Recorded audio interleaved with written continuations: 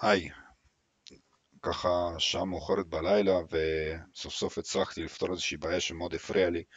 אז סבא שלי קיבל מחברת כבלים אנדרואיד TV, ולפני זה היה לו ממיר רגיל שהתאמתי אותו לאנשים מבוגרים. אה, אם תרצו תרשמו תגובה ואז אני ארשום לכם מה עשיתי, אבל עקרונית הממירים הישנים כבר פחות ופחות בשימוש, ויש לנו בעיה של אנדרואיד TV. ומה הבעיה עם אנדרואיד TV? בן אדם מבוגר בעצם מאוד קשה לו לנווט בין כל הבלגן הזה, בטעות נלחצות לו אפליקציות, ואז הוא בעצם לא יודע איך לצאת מזה, והוא לא יודע איך לחזור לערוצים שלו. זו בעיה ראשונה. בעיה שנייה, שבן אדם בעצם לא יכול להקיש לפעמים מספיק מהר את הערוצים, או שהוא כבר לא זוכר את הערוצים. בקיצור, הניווט עם השלטים החדשים, המתקדמים, הוא מאוד מסובך לאנשים מבוגרים. אז עלה לי רעיון, בעצם אני בא ואומר, אני, אני רוצה שברגע שנלחץ על אחד הכפתורים, או על כל אחד מהכפתורים, אני רוצה לבנות אוטומציה, שברגע שאני לוחץ לדוגמה על כפתור אחד, מה שהוא יעשה הוא באופן אוטומטי יפתח את האפליקציה של אותה אפליקציית כבלים, וילחץ על הערוץ. בעצם יפתח את האפליקציה, ימתין כמה שניות, וילחץ על מספרים 102, לדוגמה, להגיע לערוץ 102. למה זה טוב? זה טוב כי אם אני נמצא כשבנטפליקס, בטעות לא התכוונתי להגיע לנטפליקס, ואני רוצה לקבל ערוץ 102, אז מה שעליי לעשות זה רק ללחוץ על הכפתור 1, לדוגמה, ומה יקרה? הוא אוטומטית מגיע uh, לשנייה, ביטול, בואו נדגים את זה שוב פעם.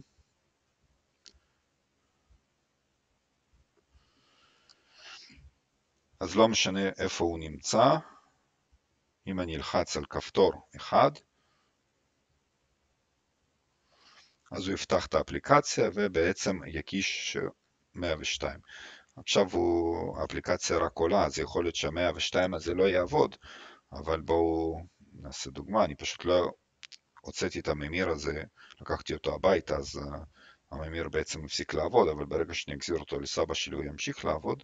אבל בואו נדגים את זה שוב פעם. אז אני יוצא, נכנס לנטפליקס, ועכשיו אני לוחץ על כפתור 1 או 2, אז בואו נלחץ על 2, לוחץ על 2, מה קורה? אז הוא נכנס לי בחזרה לאות, והקיש 102, בעצם עבר לערוץ 102. אז איך אני עושה את זה?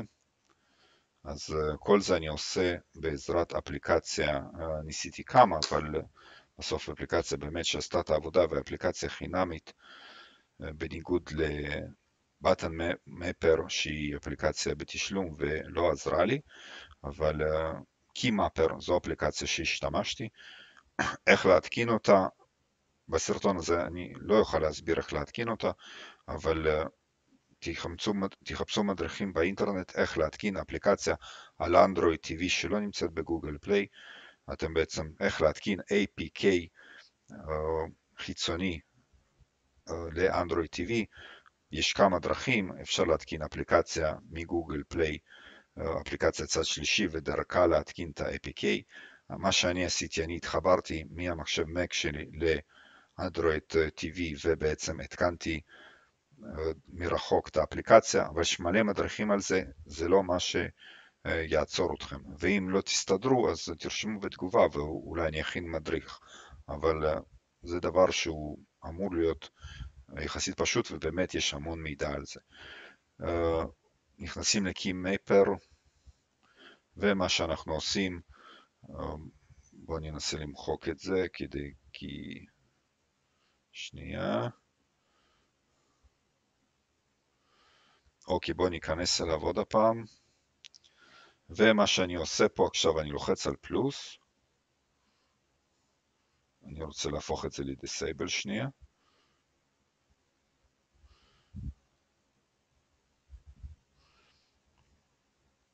אוקיי, הפכתי את זה ל-disable.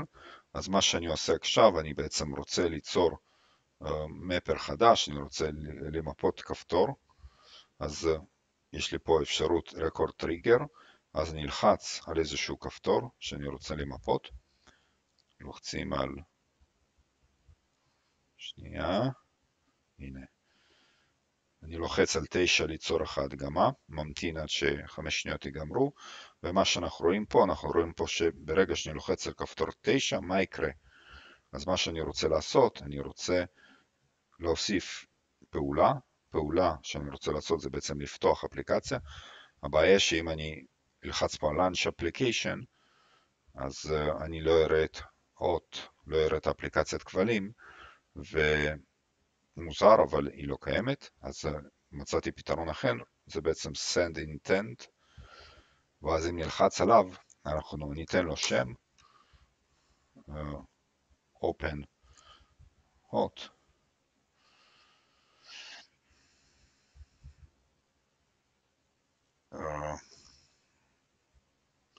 ונסמן פה Activity, חשוב לסמן Activity, נרד פה למטה, ואז פה בתוך ה-Choose Activity, אנחנו בעצם נחפש את אות,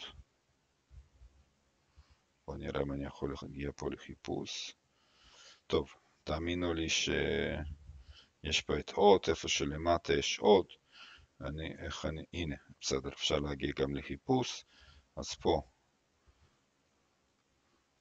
טוב, לא בדיוק נותן לי לרשום, אבל תצטרכו להגיע למטה, יש אות, אבל בגלל שיש לי מקלדת, אז אני יכול לעשות סינון, אבל אתם תצטרכו לגלגל למטה או להצליח לרשום פה, אבל בסדר, פעם אחת עושים את זה, מתגלגלים לפה, בוחרים את האות TV main activity ומסמנים.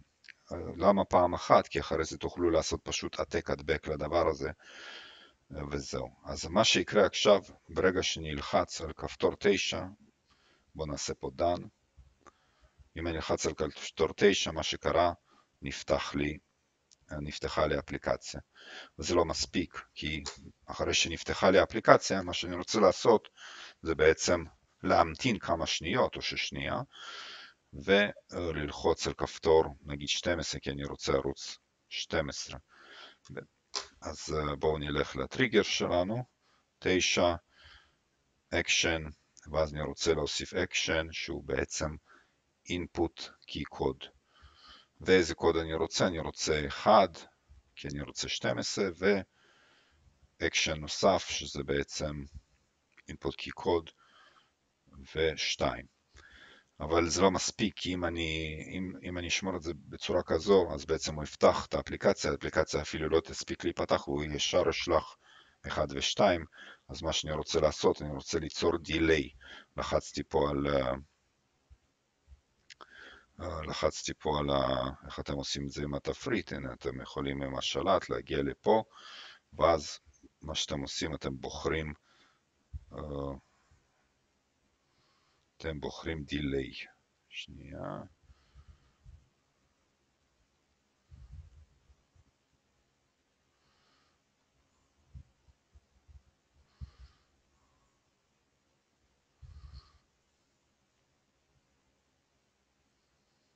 זה לא כזה פשוט עם המקלדת, עם השלט.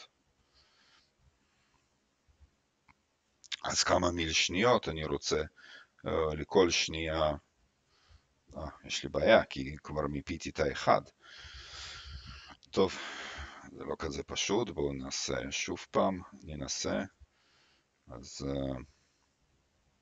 cancel, בואו נראה אם אני יכול לגרור את הדבר הזה. לא.